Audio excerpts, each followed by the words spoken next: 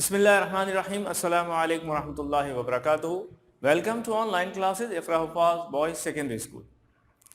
अजीज़ तलबा, 9th class में physics का जो आज हमारा टॉपिक है वो है पास्कल्स लॉ। पास्कल्स लॉ क्या होता है? सबसे पहली बात तो हम आपको ये बताते चले कि पास्कल्स लॉ बेसिकली प्रेशर से मुताल्लिक़ है, जिसके बारे में हमने पिछली क्लास में आपको बताया था। Pressure force per unit area को कहते हैं। तो आइए पास्कल्स लॉ की स्टेटमेंट को देखते हैं। The statement is that when a pressure is applied to a liquid it is transmitted undiminished equally in all directions.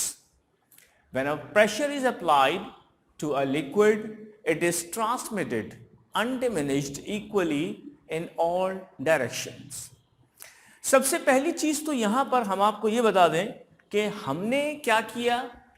हमने तो प्रेशर अप्लाई किया है किसके ऊपर? एक लिक्विड के ऊपर। अब ये काम हमने किया और इसके नतीजे में तीन चीजें हुई हैं। एक तो ये कि ये जो प्रेशर है ये ट्रांसमिट हो गया। ट्रांसमिट का मतलब है कि अब ये शिफ्ट हो गया, आगे चला गया। एक बात। दूसरी बात ये हुई कि अनडिमिनिश्डली हुआ है। अनडिमिनिश्ड का मतलब ये होता है कि बिल्कुल भी ज़ाय नहीं हुआ।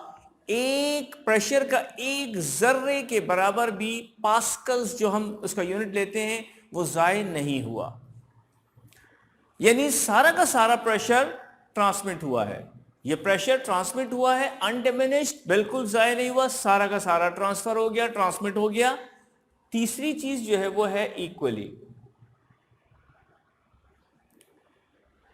इक्वली यानी जहां जा रहा है वहां पे उतना ही प्रेशर डाल रहा है जितना प्रेशर इसको दिया गया था, इक्वली। और उसके बाद तमाम डायरेक्शंस में जाएगा, किसी डायरेक्शन को ये छोड़ेगा नहीं, हर डायरेक्शन में ये अप्लाई होता चला जाएगा। इसको इस डायग्राम से भी समझा जा सकता है। सपोज ये हमारे पास एक वेसल है ग्लास का बना हुआ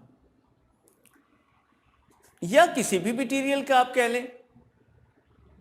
इसमें 4 पिस्टन हमने लगाए हैं। Piston number A, piston number B, piston number C and piston number C, piston number D.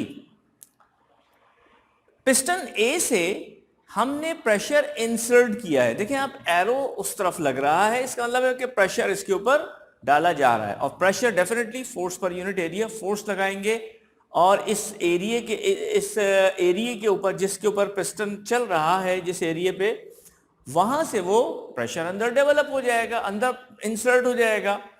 फिर ये प्रेशर इन वॉल्स पे और इन पिस्टन्स के ऊपर अप्लाई हो जाएगा।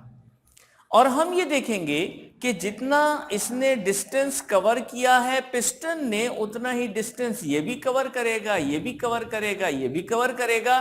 तो हमने ये बात देखी कि यहां से जितना प्रेशर हमने इसको दिया है उतना ही प्रेशर बी से, सी से और डी से हमें वापस रिटर्न हो जाता है। यानी इसका मतलब ये हुआ कि यहां से प्रेशर ट्रांसमिट हुआ, इस ऑयल, पानी या कोई भी लिक्विड जो इसके अंदर मौजूद है वहां से ट्रांसमिट होके हर पिस्टन के ऊपर ये अप्लाई हो जाता है। वापस डेफिनेशन, ये स्टेटमेंट पर आते हैं।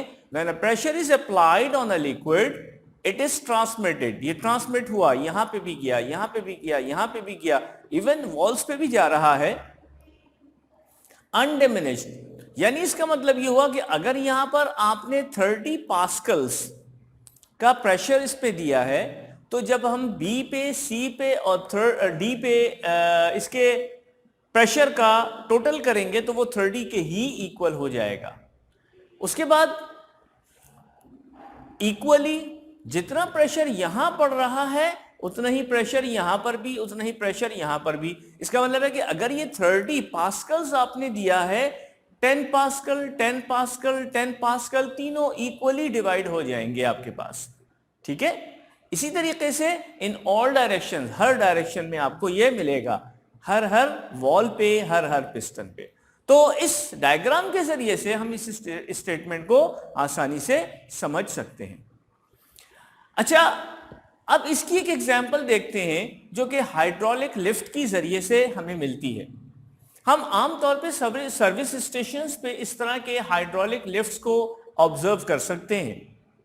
वहां पे क्या होता है कि आपने देखा कि एक प्लेटफॉर्म होता है, उसके ऊपर कोई गाड़ी होती है और सर्विसमैन जो है वो इसके नीचे आके इसकी सर्विस करता है। लेकिन ये बात आपके जहन में रहे कि यहाँ पे जो पिस्टन इसको अपलिफ्ट करता है वो किसी दूसरे पिस्टन की वजह से कर रहा होता है। हमने एक यहाँ पे एक जो डायग्राम बनाई है उसमें आप देख सकते हैं कि ये एक नैरो पिस्टन है, जबकि ये एक ब्रॉड पिस्टन है। आप देख रहे हैं कि ये इसकी निस्बत बहुत चौड़ा करके, वाइडर करके हमने बनाया है। अब क्या हुआ कि हम जब यहाँ पे एक फोर्स F1 अप्लाई करेंगे, F1 फोर्स अप्लाई करेंगे, तो दरअसल इसका एरिया जो यहाँ पे इसका पिस्टन का एरिया है, यानी पिस्टन के एरिया से मुराद ये कि ये जो इसका माउथ है, इसका जो सर्कुलर एरिया बनता है, मैं उसकी बात कर रहा हूं कि इसका चूंकि एरिया कम है, एरिया कम होने की वजह से ये बात जहन में रखिएगा, फोर्स बढ़ेगी, प्रेशर बढ़ेगा, एरिया बढ़ेगा, प्रेशर कम हो जाएगा, और अगर एरिया कम हो जाएगा प्रेशर बढ़ जाएगा। क्लियर हो रहा है? तो अब मैंने यहां पर क्या किया कि इसका एरिया कम कर दिया। जब एरिया कम कर देते हैं तो प्रेशर इंक्रीज कर जाता है। ठीक है, तो जब यहां पर हमने F1 अप्लाई किया इस एरिया के ऊपर तो एक प्रेशर डेवलप हुआ। ये प्रेशर हाई प्रेशर समझ लीजिए आप इसको। जब ये प्रेशर यहां से ट्रांसमिट होता है, क्योंकि ये बात तय है कि ट्रांसमिट होगा, फिर ये बात भी तय है कि अनडिमिनिश्ड होगा, जायद नहीं होगा। तो जितना प्रेशर यहां पर डेवलप हुआ ये सारा का सारा ट्रांसमिट होके यहां से इसको ऊपर की तरफ पुश करेगा। जितना प्रेशर यहां पे डेवलप हो रहा है ये सारा का सारा ट्रांसमिट होके यहां पे शिफ्ट हो जाएगा, इसलिए कि ये कितना क्या जाता है, इक्वली जाता है। जो जितना प्रेशर यहां पे F1/A1 से डेवलप हुआ उस पूरे प्रेशर ने यहां से इसको पुशअप करना शुरू कर दिया।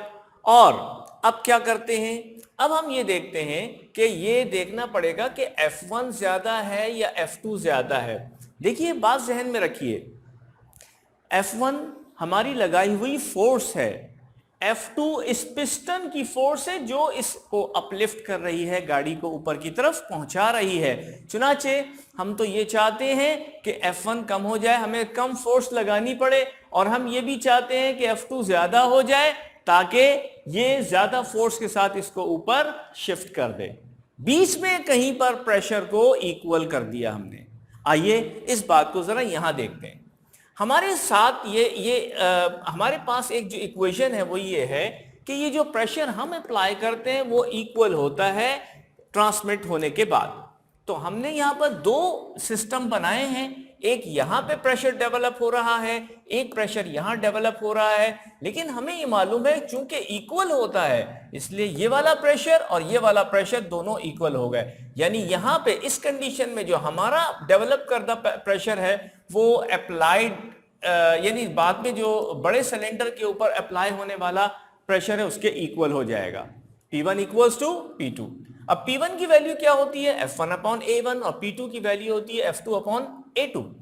इसकी जगह रिप्लेस कर दिया, क्रॉस मल्टीप्लाई करेंगे तो ये A2 जो है ये F1 से मल्टीप्लाई हो जाएगा, A1 नीचे आ गया और इक्वल्स टू F2 बना। इसको थोड़ा सा मैं चेंज कर दूं, लेफ्ट को राइट और राइट को लेफ्ट कर दिया तो ये F2 is equal to F1, और ये देखें A2/A1 को मैंने इस तरह ब्रैकेट में लिख दिया। ठीक है, अब यहां पे इस चीज को जरा देखने की जरूरत है। मैं एक मिसाल के तौर पे इस स्टेप के बाद ये स्टेप कैसे आए इसको समझाने की आपको एक चीज बताता हूं। जैसे अगर हमारे पास 10 लिखा हुआ है, 10 is equal to 5 multiply by 2। आप ये बात समझते हैं ना कि 10 is equal to 5 multiply by 2। अब मैंने यहां से ये 2 को खत्म कर दिया तो क्या अभी भी 10 5 के इक्वल है? नो, बल्कि हम इसको यूं लिखेंगे 10 इज ग्रेटर देन 5। 2 को खत्म कर दिया, हालांकि 5 2 से मल्टीप्लाई होके इक्वल टू 10 आ रहा था। इस 2 को अगर हम खत्म कर दें, हटा दें, तो क्या हो जाएगा, 10 हमेशा 5 से ग्रेटर हो जाएगा। तो यहां आप देख रहे हैं कि F1 के साथ एक चीज मल्टीप्लाई हो रही है।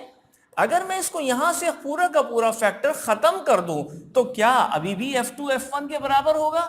नहीं होगा, बल्कि F2 ग्रेटर देन F1 हो जाएगा। चुनांचे जिस तरह से ये वैल्यू हमारे पास ग्रेटर की साइन में चेंज हो रही है और इसी तरीके से यहां पर भी चेंज हो जाएगी, बशर्त ये कि A2 बड़ा हो A1 छोटा हो। चुनांचे यहां पर ऐसा ही है, A2 आप देख रहे हैं बड़ा है और A1 हमारे पास ये छोटा सा एरिया, ये छोटा सा एरिया है, ठीक है। इस वजह से हमारे पास F2 is greater than F1। इससे क्या नतीजा निकला? इससे ये नतीजा निकला कि जब भी हम यहां पे हाइड्रोलिक लिफ्ट बनाएंगे तो अपना जो अप्लाइड फोर्स वाला सिलेंडर है उसका एरिया कब रखेंगे और जो यानी फंक्शनिंग वाला सिलेंडर वाला जो पोर्शन है वहां का एरिया ज्यादा रखेंगे, ताकि कम फोर्स लगाएं तो उसके नतीजे में ज्यादा फोर्स हमें मिल जाए। This is very important application of Pascal's law. हमें उम्मीद है कि ये टॉपिक आपकी समझ में आया होगा और इंशाल्लाह इसी टॉपिक से रिलेटेड और भी आगे टॉपिक्स आ रहे हैं इस चैप्टर में, कंटिन्यू करेंगे इंशाल्लाह आइंदा। इजाज़त दीजिए। अस्सलामु अलैकुम व रहमतुल्लाहि व बरकातुहू।